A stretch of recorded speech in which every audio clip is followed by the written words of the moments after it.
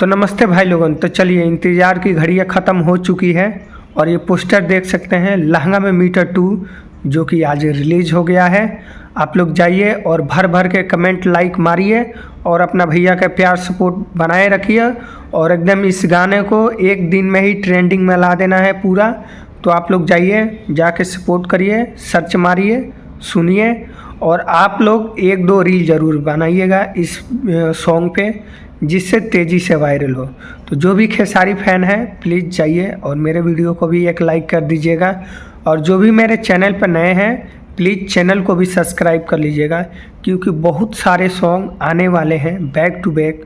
जो कि अभी बता दूं कि हाल ही में मोशन पोस्टर रिलीज़ हुआ है आग लगई बुका, जो उनके पहले ही पोस्टर लीक हो गया था और उसका भी मैं वीडियो बनाया था। कुछ लोग उस पर तो गाना ही गा दिए हैं, भाई लोग इतने तेजस्वी लोग हैं।